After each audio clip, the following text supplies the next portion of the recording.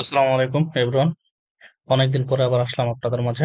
আজকে আমরা দেখব প্রাইমারি সহকারী শিক্ষক কিভাবে আবেদন করতে হয়।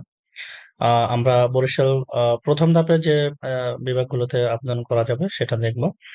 সবগুলো দুটার আবেদনের সেম, ঢাকা চট্টগ্রামের কিভাবে আবেদন করবেন সেটাও সেম। প্রথমে এখানে আমরা সার্কুলারটা দেখতেছি। হ্যাঁ, পদের নাম, তারপরে বয়সসীমা, শিক্ষাগত যোগ্যতা, এটা জানি অ্যাজ ওয়েল এজ যেটা থাকে। আর এখানে আমরা আগ্রহী প্রার্থীগণ অনলাইনে আবেদন শুরু হয়েছে 8 নভেম্বর থেকে। হ্যাঁ, 21 নভেম্বর পর্যন্ত লাস্ট ডেট। এরপরে এই যে লিঙ্কটা আছে ডিপিআর এর, এখানে লিঙ্কে ঢুকে আমরা আবেদন করব। তো আবেদন করার পূর্বে কিছু জিনিস আমরা একটু দেখে নেই যে আবেদন করার পরে আমাদের যে প্রিন্ট কপিটা আমাদের লাগবে। পেইড প্রিন্ট কপি অবশ্যই নিতে হবে। পেইড প্রিন্ট কপি যেটা পেড করার পরে আপনার যেটা ডাউনলোড কপি সেটা হলে নিয়ে যেতে হবে। আবেদন করার জন্য 112 টাকা, আপনার 100 টাকা প্লাস 12 টাকা ভ্যাট সহ চার্জ।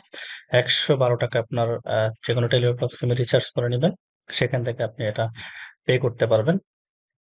তো চলুন আমরা আমাদের লিঙ্কে চলে যাই। এখানে গিয়ে আমরা প্রথমে অ্যাডভাইস, আপনাদের অ্যাপ্লিকেশন ফর্ম আছে আমাদের একটা। অ্যাপ্লিকেশন ফর্মে ডিপিআর যে ফর্মটি দিয়েছে, অ্যাপ্লিকেশন ফর্মটা আপনারা দেখে নেবেন।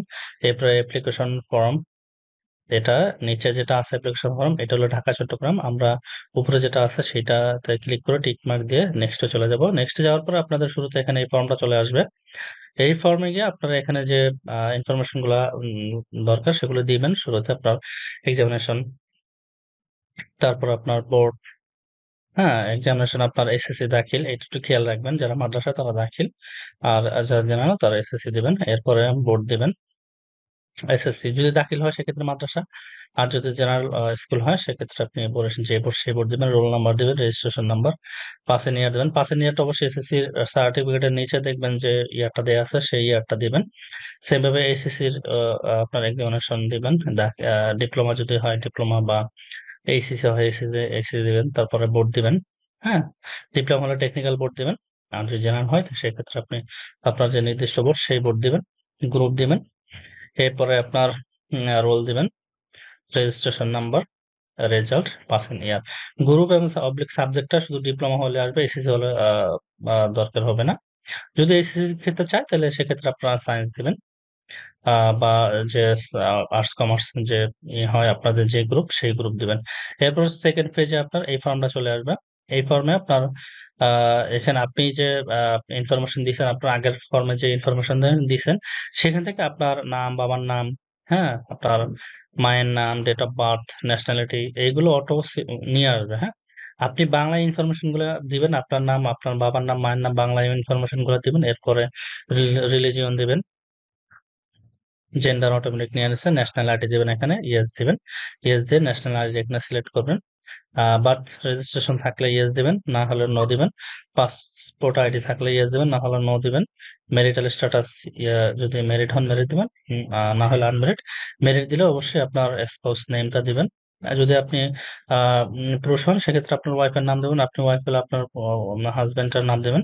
মোবাইল নাম্বার দিবেন, কনফার্ম মোবাইল নাম্বার ওই সেম নাম্বারটা দিবেন। ইমেল নাম্বার দিবেন, কোটা স্ট্যাটাস থাকলে দিবেন। এরপরে কোটা স্ট্যাটাস নট অ্যাপ্লিকেবল, যদি কারো আপনার কোটা থাকে সেক্ষেত্রে কোটা দিবেন, নাহলে দরকার নেই। এরপরে প্রেজেন্ট অ্যাড্রেস আপনার কেয়ার অফ দিবেন, উপজেলা পোস্ট অফিস, সেম দিয়ে সেম ভাবে আপনার প্রেজেন্ট অ্যাড্রেসটাও দিবেন। দেওয়ার পরে নিচে চলে আসবেন। নিচে চলে আসার পরে এখানে আপনি গ্রাজুয়েশন লেভেল, অনার্স যে লেভেলটা সেই লেভেলের ইনফরমেশন দিবেন।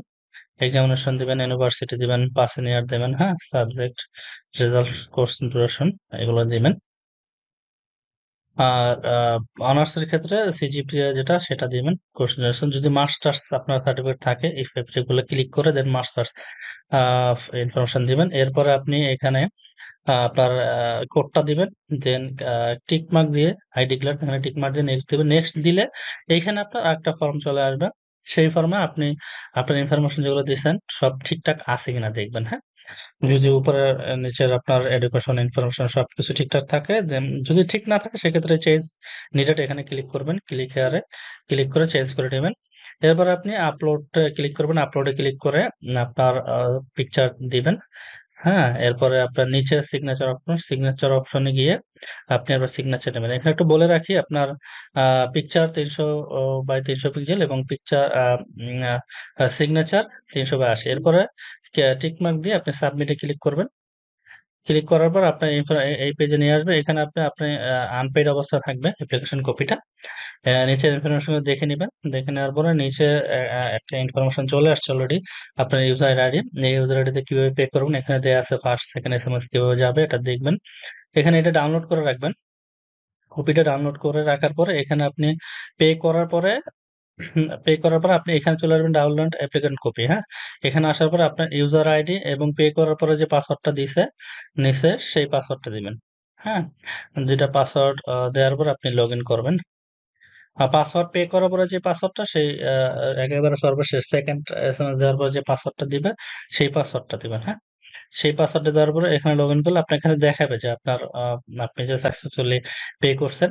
এখানে আগে আমরা দেখছি আনপেড, এখানে লগ ইন করলে দেখেন এখানে চলে আসবে আপনার অ্যাপ্লিকেশন কপি পেড। হ্যাঁ, এই পেড কপিটা আপনি ডাউনলোড করে রাখবেন। এই কপিটা আপনাকে হলে নিয়ে যাইতে হবে। হ্যাঁ, এই কপিটা হলে নিয়ে দেখা যাবে। আসসালামু আলাইকুম, এ পর্যন্তই।